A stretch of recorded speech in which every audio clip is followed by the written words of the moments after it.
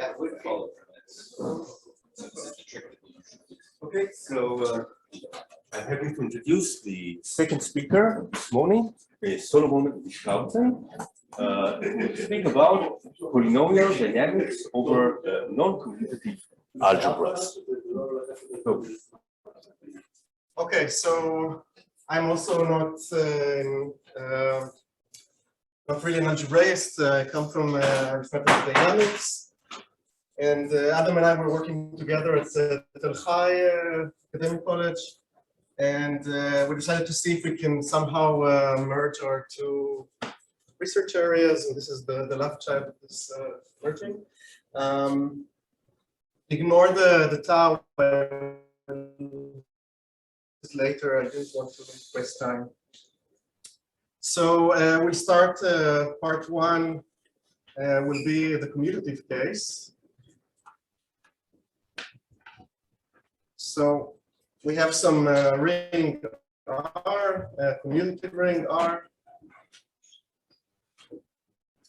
So we assume that it's associative and has a unit. Everything is nice, and we take a polynomial f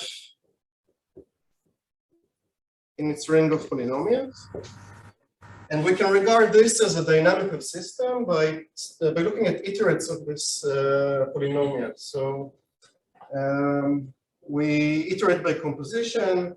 So we define this f circle n of x to be f of f circle n minus 1 of x. And we study, in dynamics, we study orbits of points. So we take a point P lying in our ring, and we start iterating our map, or well, polynomial on this point. So we have the orbit of P is P, FP, F second iterate in P, etc. So the properties of these orbits are what we study in dynamics. In particular, we have periodic points. So P in R is periodic. If there exists some integer greater or equal to 1, such that the nth iterate of P is equal to P. For example, if we take, well, the simplest example would be to take x squared minus 1 in C of x, then we see that we have this kind of cycle. So 0 goes to minus 1, and minus 1 goes to 0. So both of these points are periodic, and we say that they're periodic period 2. That's the length of the cycle. Our 2 cycle, and the simplest case is for when n equals 1, we call, well, of course, we call P is a fixed point. And this we'll talk a lot about fixed points today. So this is basically all the background that we need for now. But what we want to do is basically take this commutative ring R and replace it with a non-commutative algebra. Okay, so it's either going to be associative or non-associative. We're kind of free to study what we want. But the next part of the talk will be what goes horribly wrong in this non-commutative case.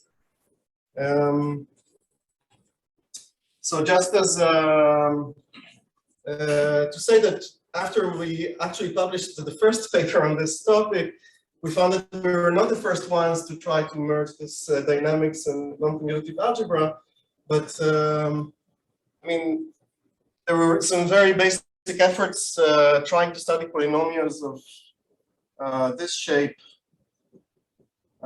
over quaternions, and we'll explain maybe in a while why this is not such a good idea in quaternions, to study just these maps.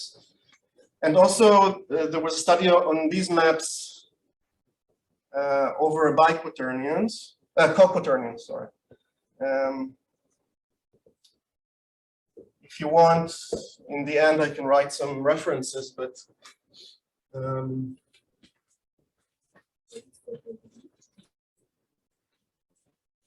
so, well, basically it's just two matrices, but it's when you, well, when you generate I'll discuss in a bit Dixon algebras. So when you generate with gamma equals 1, then you get the coquaternions, right? Okay. So our second part is just a quick. I'm going to give examples from Dixon algebras, so I'll just recall quickly what they are.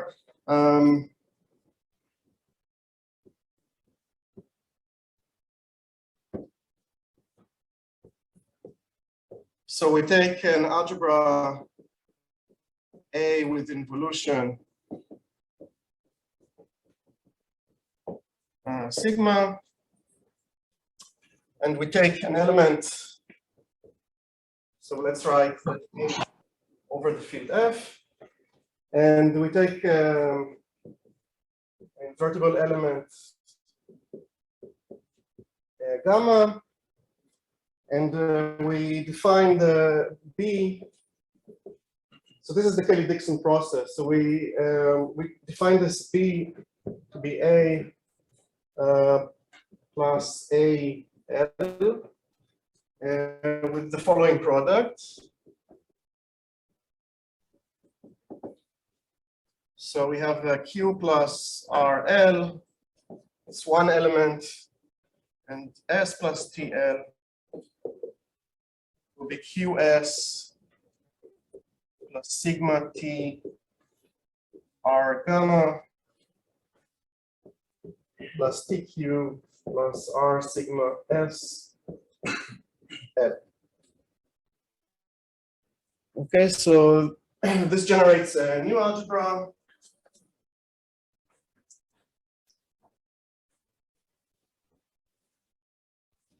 And the most famous examples is that if we start, for example, with the complex numbers with the complex conjugation as the involution, and we choose gamma equals -1, then we get the quaternions. If we choose gamma equals 1, we get the coquaternions. And if we choose gamma -1 again, we get the octonions. Oh, sorry. And if we do this again, we get the sedenions. No co-octonions? Hmm? Oh, but co-octonions. I think they're called biquaternions, right? If I'm not mistaken. Split octonion. Our co-quaternion is just a split quaternion. Yeah. Yeah, okay. So it's just an old-fashioned name. And So you can continue this forever, of course, and the dimensions of these algebras are 2 to the n. And so now we actually get to the next part is what goes wrong.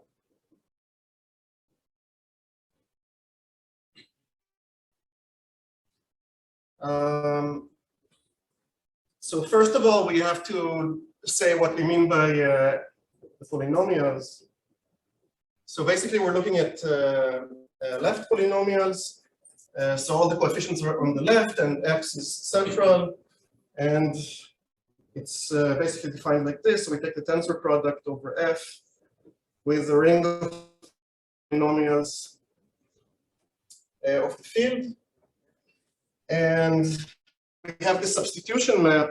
So if we have this polynomial ai x to the I, the substitution map just gives you ai lambda to the I, where lambda is in A.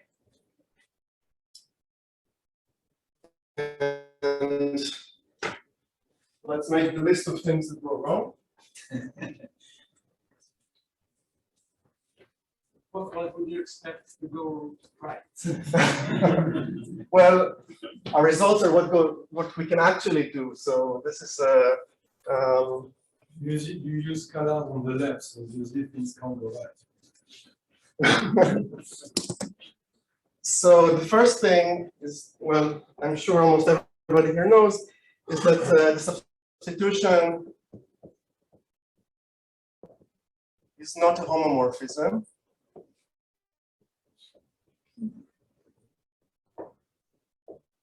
So this is quite bad. Let me give an example. So over h of x, so this is an example. If we take f of x equals ix and g of x equals jx, and if we take the product, we get, of course, kx squared. Sorry, I should write f of x, g of x. And if we start substituting here, then f of k is equal to minus j, and g of k is equal to I, and fk, g of k is of course equal to k. But if we take fg of k, so we first take the product, this, and we plug in k, and what we get is minus k. So this is not good. So this is not equal to this. So mainly, where does this become a problem in dynamics? So when we take the iterates, we have these powers of the lower iterates, and the powers don't behave as we want them to. Okay, so this is the first problem. The second problem is that yes. Okay, so there's, I think it's lam. It's a result of lam and someone else that you have actually this. Well, generalized that you have a better formula for this. Back to the theorem of or for negative 3. Okay. So composition is not associative. Nor power associative.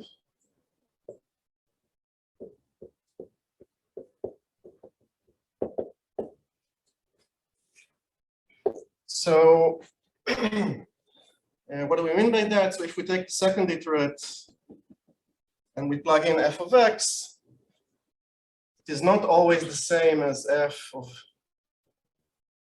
f circ 2 of x. Okay, and let me give you an example.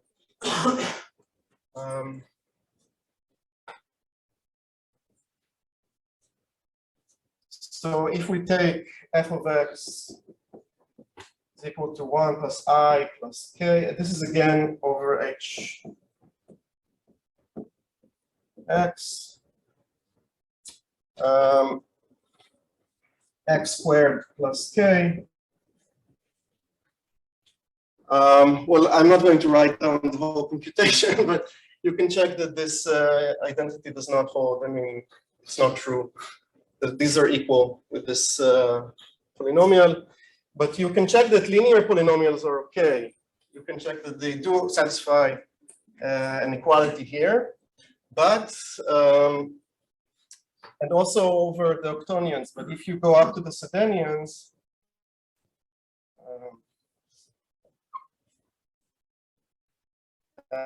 this is false already for linear polynomials. So you can take as an example, you can take a, so if you, S has this basic, sorry, standard basis, 16-dimensional basis, and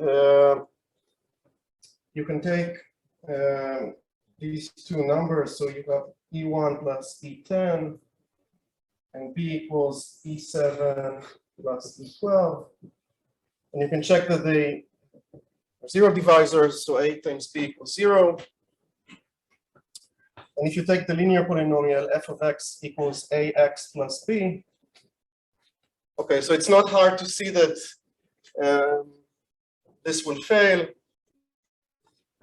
So, and the main reason is that you have a squared b is not the same as a b, which is 0.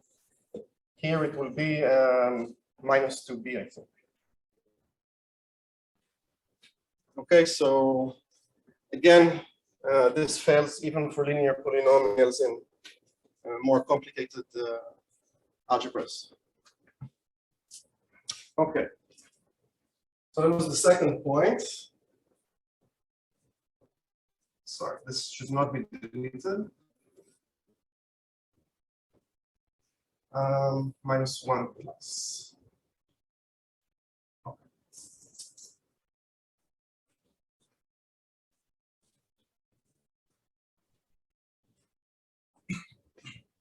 So the third part is composition does not commute with substitution.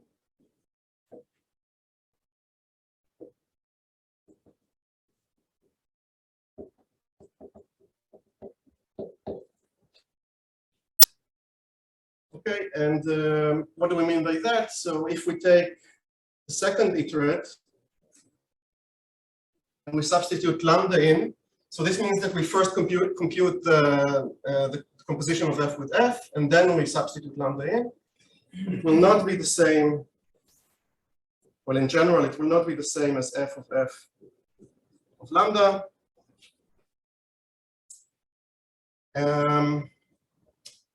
So as an example here,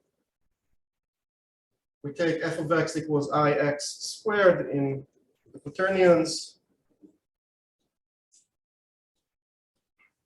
The second iterate is of course minus ix to the fourth. And we can check that f1 plus j is equal to 2ij, k, 2k, and f of 1 plus j is equal to minus 4i. But if we take the second iterate of this polynomial and we plug in 1 plus j, what we actually get is 4i. Okay, so again, we have this discrepancy here.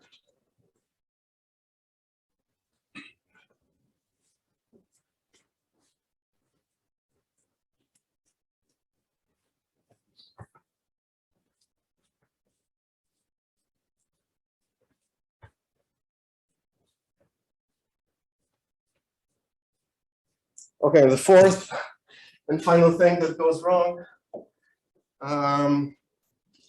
is that if we have the nth iterate of lambda is equal to lambda,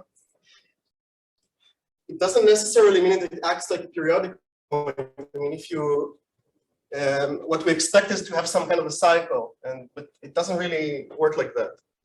So it does not imply that fmn of lambda is equal to lambda for n greater or equal to 1. So we don't have a cycle structure.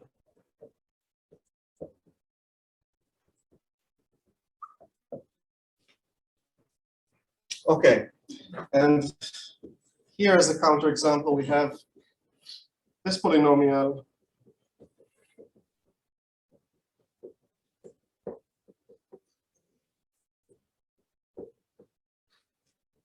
and here one can check that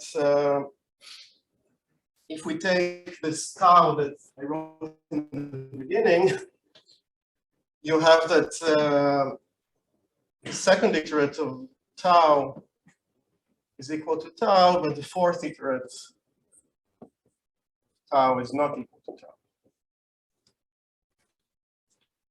Okay, so this is quite a nasty computation, but technically I'm sure that we could have found a better example. We were too lazy, but this one works. Did you find it or did the computer find it? Computer found it. But I told what the computer wanted to do. Okay, so even then it's not so easy. I mean, in Sage, if you try to work with quaternions, sometimes things work and sometimes things just don't work, which is quite annoying. So now that we have made the list of everything that goes wrong, maybe we start to say what does go right. Interject with a question. Yes. So in some sense, with why a lot of this is going wrong is because you're using sort of the wrong polynomials in the sense that, Okay. well, your x is by def, you're assuming that it's central right away. Yes. And then you're saying, well, when I plug in something that isn't central, it doesn't work the way that I expect. I mean, it's more of a question than I think if you take general polynomials, then it will probably become even worse in some sense. But, Why? Then substitution is a homomorphism. yeah. okay. Yeah. But I'm not sure the other.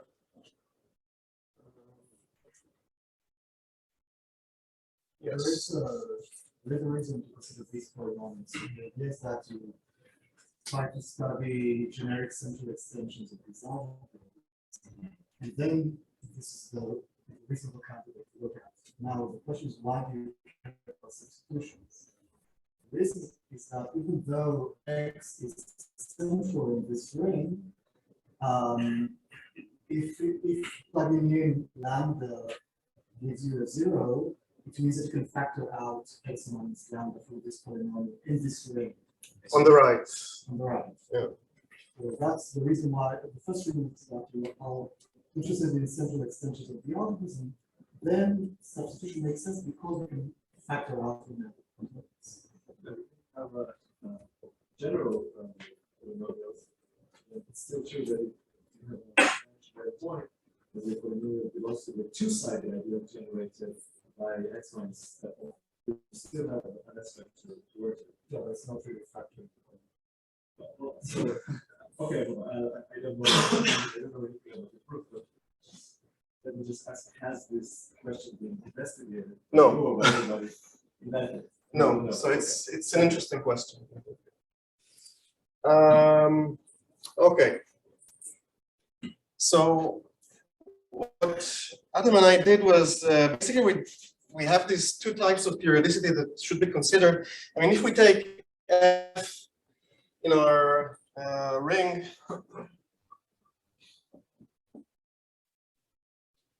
I mean, we can consider it, just forget about the algebraic structure and consider it as a function, and then we iterate the function and not the polynomial. Then, of course, we have the regular type of periodic point. And so what we did was, well, we defined this like f star n of lambda to be f star n minus 1, sorry, f of f star n minus 1 of lambda. And then we have the star periodicity. It means that f star n of lambda is equal to lambda. And then basically, if we only look at these f stars, then we do have the cycle structure that we want to have, but then we sort of lose the algebraic information from the polynomials. And we defined, well, circle periodicity. So lambda is star periodic if this happens, and lambda is circle periodic if, oh, sorry, I'm out of bounds. F circ n of here, mn lambda is equal to lambda for every n greater or equal to 1.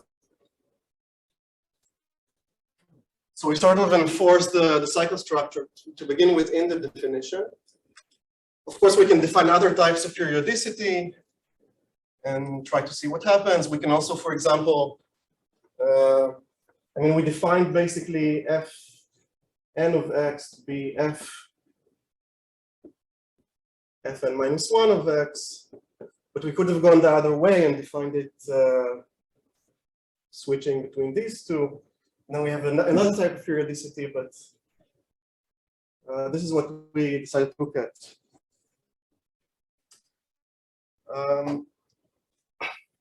So it's clear that star periodic, from the examples that we saw before, does not imply circle periodic. And the other case for now is unknown, other direction.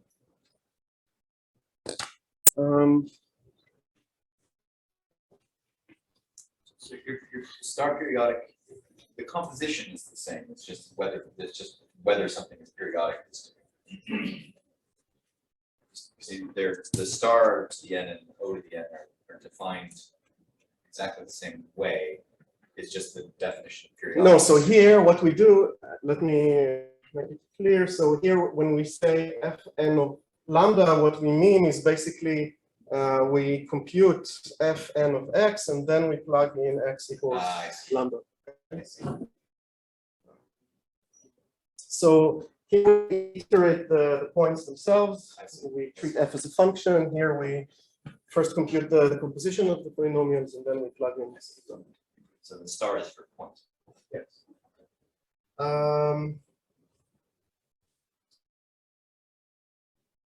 So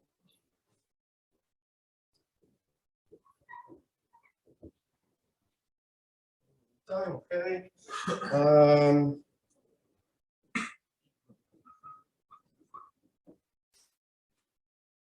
So the first result we have is that let A be an associative algebra.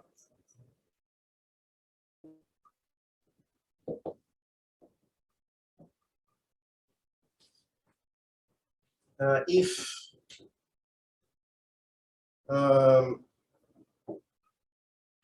f cert n of lambda is equal to lambda. So this does not mean that it's circle periodic, but just that we have this basic fact that lambda goes to lambda.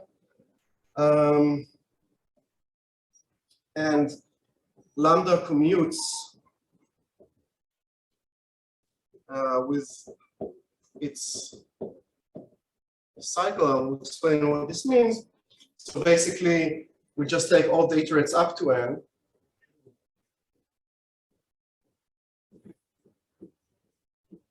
From 1 to n. And so if it commutes with all the elements in the cycle, sort of, then lambda is circle periodic. Okay, so then we can say that we actually have a cycle structure. Right? If it commutes with all elements in the cycle, then it is a cycle. Okay, so this is the idea here. It's star periodic? Star periodic. No, circle periodic. So we have this, we can prove, well, basically what we prove is that if lambda commutes with these elements, then circle and star are the same. Okay, this is part of the proof. Okay, so in this special case, circle and star will be the same. Okay, so, I mean, at first sight, what we want to look at is basically the special case when, let's say, lambda commutes with all the coefficients of f, but this is too strong. It's enough to just look at the, sorry, f is in A of x, of course. So it's just enough that it commutes with the elements in the cycle. And the corollary from this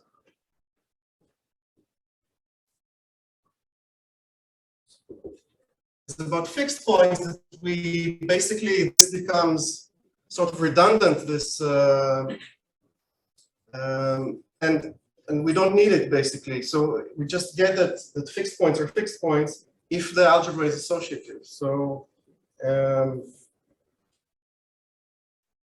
if lambda in A is fixed, sorry, lambda is in A is fixed, or circle fixed, let's say, it's really the same thing. If and only if f of lambda equals none.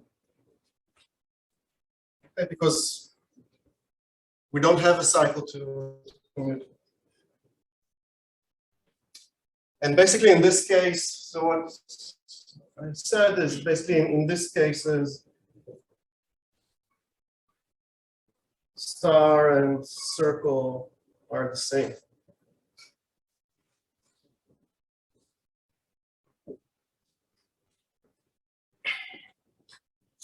When you say they're the same, you mean S star at the end of lambda equals S circle at the end of lambda. Yes.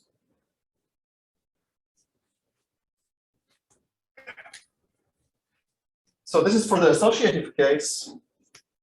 What happens when we go to, for example, to the octonions, then this fails.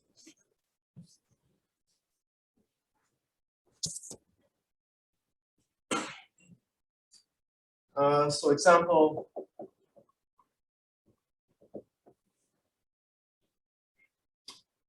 so if we take f of x equals lx squared plus 1 minus il x plus l minus I jl in the octonions, then we can check that f of j is equal to j, but the second iterative j is not equal to j.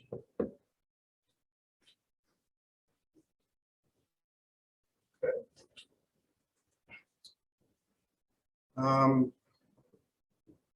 But one can prove in the special case, if we take a monic quadratic polynomial in the octonions, then it actually does work. So if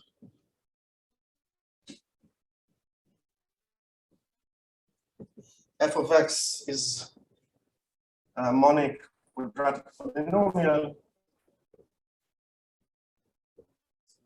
A is alternative,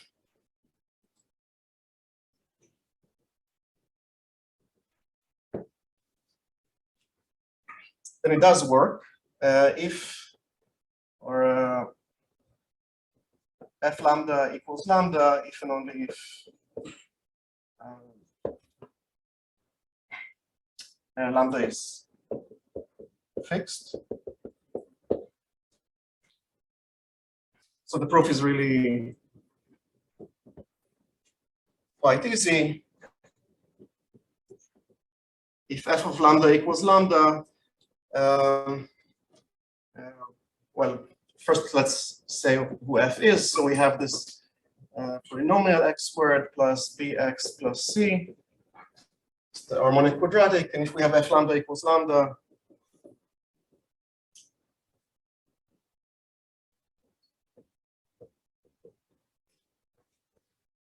so we see that c is equal to lambda minus lambda squared minus b lambda. And then our coefficients basically lie in the same, everything lies basically in the same associative subalgebra. And then we can just use basically the first, so everything works. So lambda and the coefficients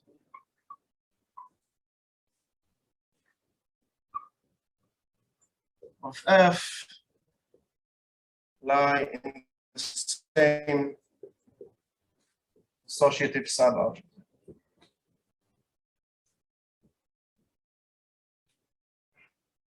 Okay.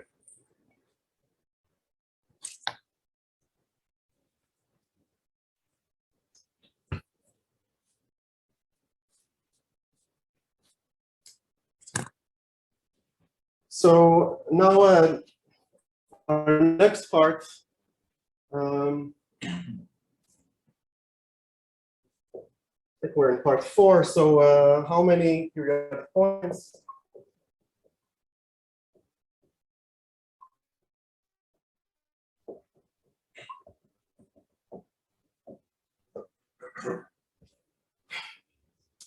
So if we have a field, let's say, then the number of periodic points of every period, every specific period, is finite. Okay? Just because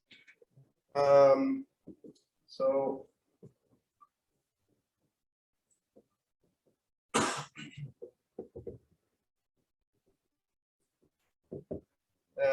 of every period.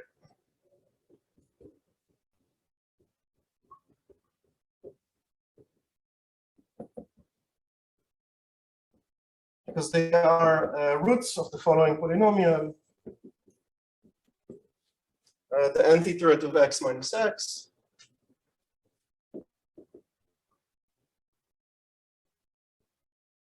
Okay, and there are only finitely many roots of this shape. And of course, this is false when we go to even commutative rings. We can show some counterexamples. They have infinitely many periodic points. But for example, over the quaternions,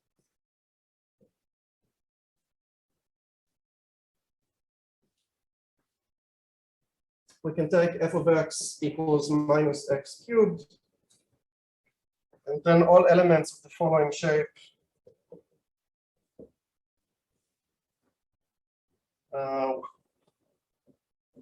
lying on this sphere, they're all fixed.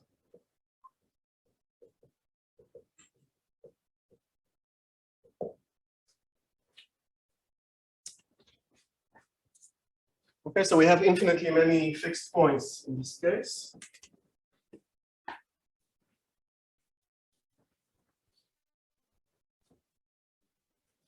But in division rings, we have something similar, generalization of, let's say, this theorem, that we can look at the conjugacy classes of roots, and then the number of conjugacy classes is finite.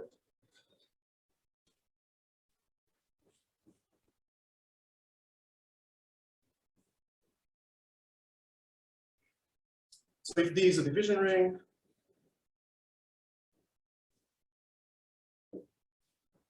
and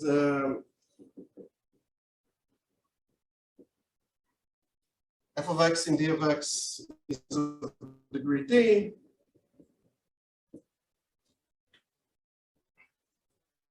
then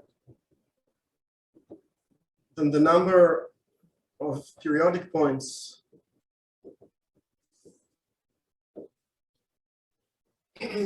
of period dividing n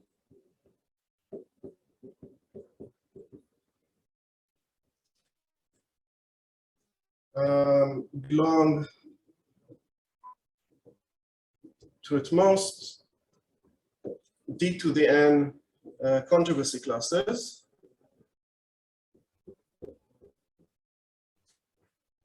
Of course, of roots of this polynomial f n x minus x. So probably right here, circle periodic. But so a root of this polynomial is not necessarily a circle periodic point, but every circle periodic point has to be a root of such a polynomial. And the number of conjugacy classes is bounded by the theorem of Gordon and Motzkin.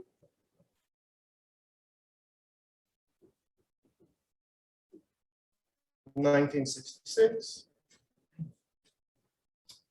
And in the special case of H and the quaternions, the real quaternion, the real quaternions, then we have a more computational approach that we can actually find the roots. So this is by Janowska and Opfer from 2012, and Chapman in 2020, where we can actually compute the roots of such polynomials.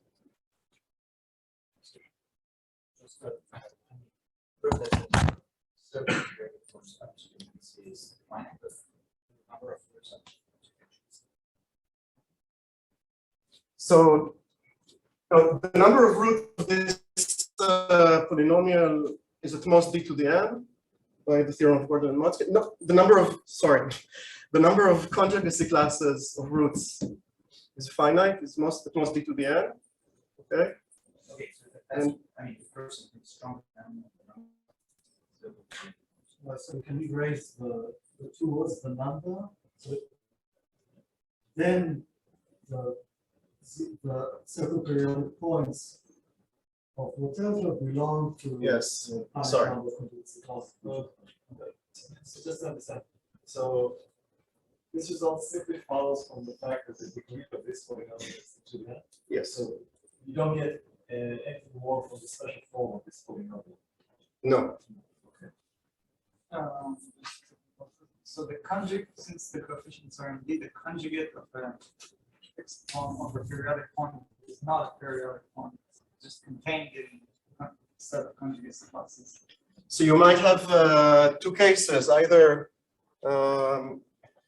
in the conjugacy class you have one point which is I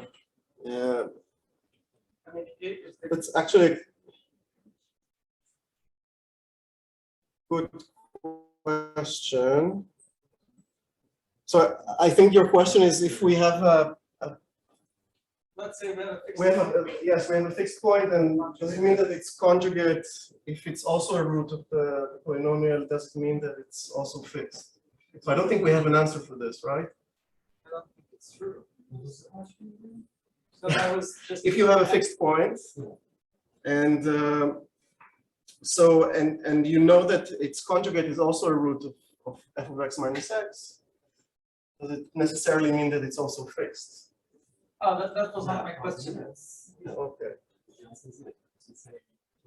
Yes, yes, of course, of course. We have f lambda equals lambda, and then yes, okay. So that was not your question. What was your No, question? my question was if you, when you conjugate the fixed point, you get a fixed point. No, No, depends on the polynomial.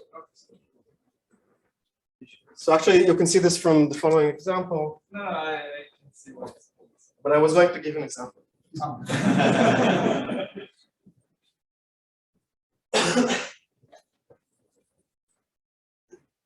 you was asked exactly the question. So if we're over H, and we have this polynomial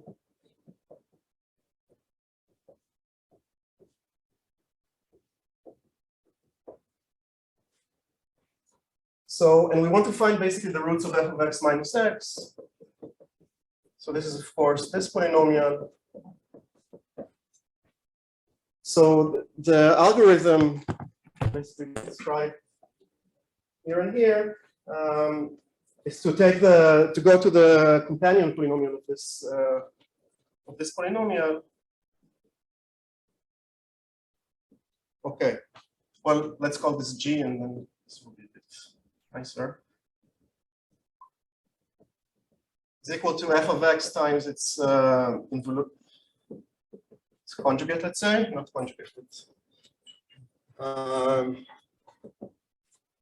And we get the following polynomial, x to the 4 plus 3x squared plus 2. Squared plus 2. And what we know is that if lambda is a root of G,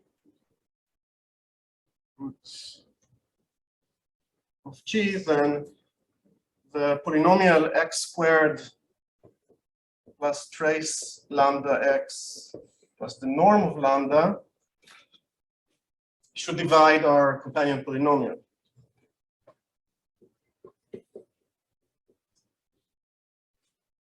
So, and all of the conjugates of lambda are also roots of this polynomial. They have the same trace and norm. So we have exactly these two factors that correspond to these basically these polynomials. And what this means is basically that we can reduce, if we know that every, let's say, element in the conjugacy class is a root of x squared plus 1 equals 0, then we can reduce our original polynomials. We know that in our original polynomial, x squared will be minus 1 over this conjugacy class. So we have f of x minus x, sorry, f of x minus x. We can replace x squared to be minus 1. So we expect this to be 0. And then we get ix plus j equals 0. And from here we get x equals minus j. So in this conjugacy class, we have only one root of the original polynomial, so it's the only fixed point in the conjugacy class. Okay. And the same goes for the other conjugacy class. We can show that it has a unique fixed point.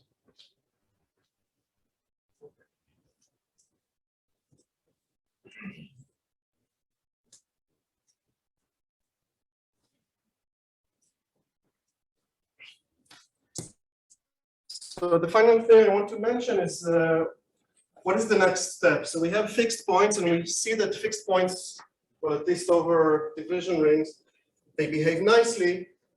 So if we look at,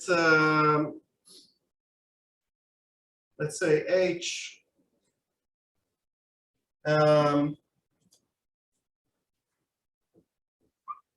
we also have its structure as a metric space, and then we can try to generalize some things from complex dynamics to this setting of quaternion polynomials. And the thing that we tried to generalize was attracting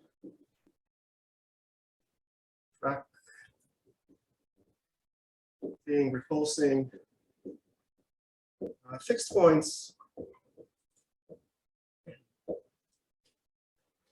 So in complex dynamics, we basically define this by the derivative of our polynomial. So if we have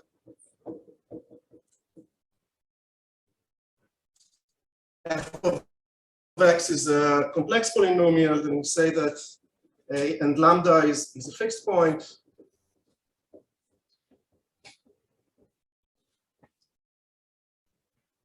Then we say that lambda is attracting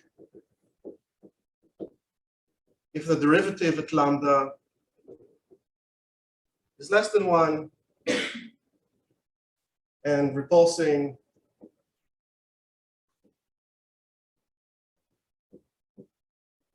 if f prime of lambda is greater than 1 and neutral if f prime of lambda is equal to 1. And of course, we cannot expect things to be so easy when we go to quaternions, because if we look at quaternions, for example, as a real map or real function, then it's a function basically from R4 to R4. And we have more dimensions, and the dynamics become much more complicated. So we cannot expect just the derivative to tell us everything about what is happening. So just, well, this is pretty intuitive from the definitions, but if we take a point in some small enough neighborhood of our fixed point, then an attracting point will move closer to lambda and a repulsing point will move farther away from lambda. What roots of unity, there is one case, yes, in a special way. This is the neutral case, right? Yeah. So you don't distinguish separately roots of unity or not? They are usually, I mean, but this is just the very rough. Okay. Almost out of time.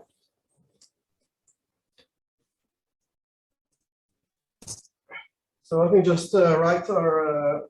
So first of all, we removed. I mean, we changed these definitions back to their, let's say, topological definitions of what they actually mean, not by the derivative, but it means that basically.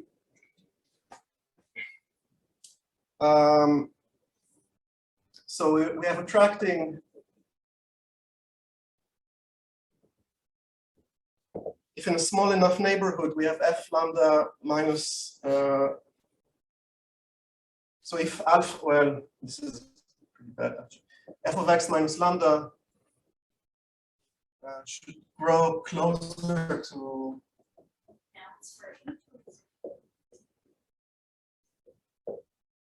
Hmm? Yes. I mean, you can define it basically for every. Hmm? Yes, yes. So in a small enough neighborhood of lambda, this should happen.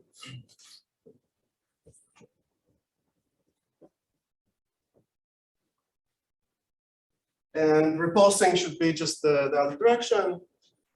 And the theorem, and what we have is basically we call it ambivalent and not neutral. But basically, I mean, this probably requires more research about what can happen in this case, but we have points that go closer and some points that go farther away. So our theorem is as follows. So if we have a monic quadratic polynomial over H, or, oh, so remember that in this case, fixed point is a fixed point. And lambda is a fixed point.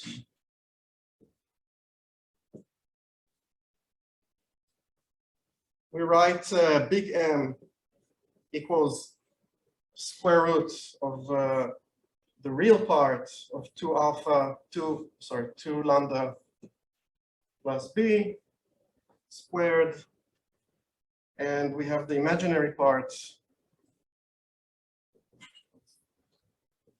lambda plus b plus the imaginary part of lambda, all this squared, and little m is basically the same but with a minus sign here.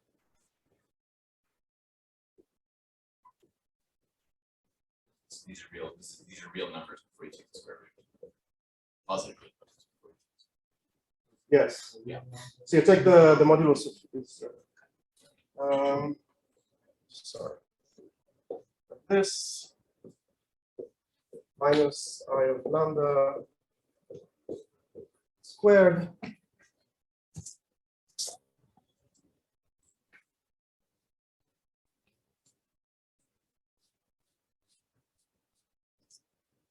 so basically these two quantities replace the derivative.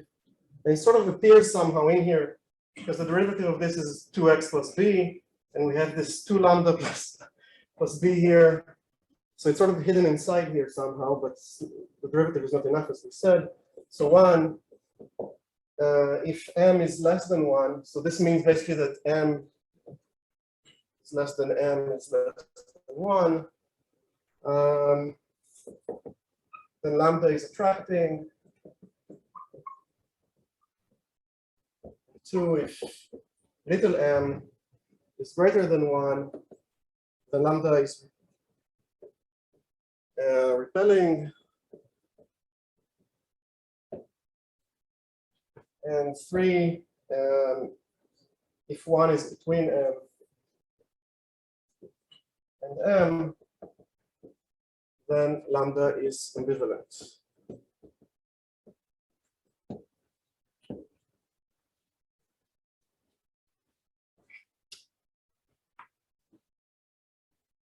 Okay, so I think I'm out of time, but this sort of covers that and my results. Thank you. Any questions? any difference of money. You just need the coefficients to be in associative submatrix. First of all, well, in the octonions we have this problem, but Not mistaken, your proof is the fact that it lies in associative submatrix. yeah, so if you only look at quaternions, I mean, you can ask if we can generalize this, but for now our proof doesn't work for non-monic, so it's sort of we have a problem there. We can look at the proof and see if there's some kind of yes. So if you take that map from R4 to R4, you can take the derivative in the matrix sense. Yes. Are those somehow related to the eigenvalues of that? Yes, so the research that I mentioned in the beginning, that there were people who did this before us, they studied these expert plus C maps as basically real maps, and they looked at the Jacobians and the minors of the Jacobian. Well, you have the eigenvalues, and basically this replaces the derivatives. The problem is that sort of x squared plus c, it makes sense in the complex case because it covers a very large family of maps, because you can take any quadratic polynomial and then you can sort of change variables and get to this shape. But over the quaternions, this fails already. So if you're only looking at these maps, it's a very small class of maps that they don't represent all quadratic polynomials, let's say. And they also basically prove that after a change of variables again, then it basically behaves like complex maps. And then they conclude that this is boring, but this is Just because they've restricted themselves. yes, yes.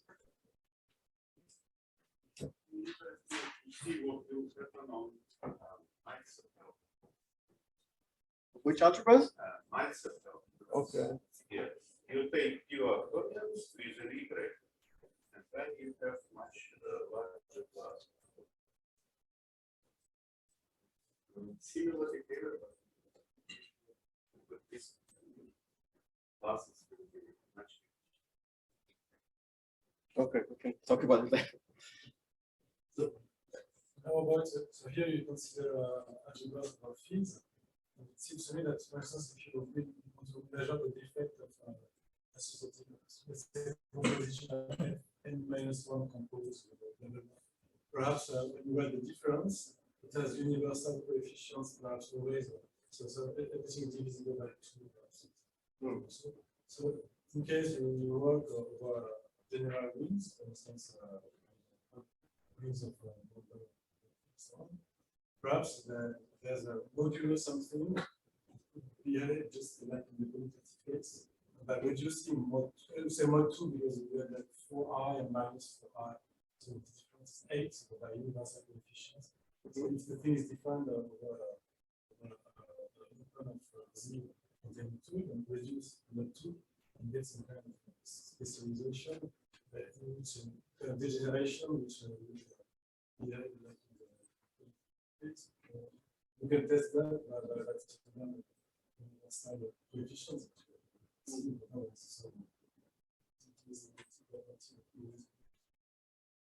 So what you're suggesting basically is doing sort of arithmetic dynamics on these non-commutative rings. Working over rings, base rings, there might be the problem might be explained by the difference of the thing to equal being always divisible by not 2.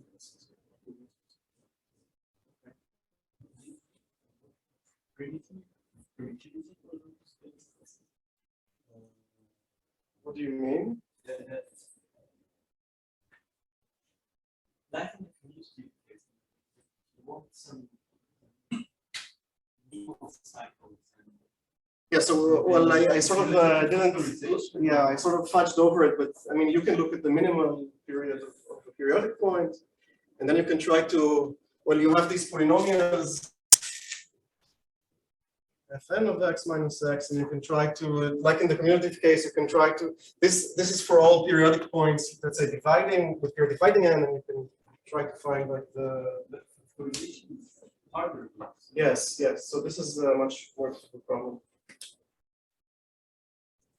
So, if there are no more questions, I think we will continue 2:30. Thank you. very much.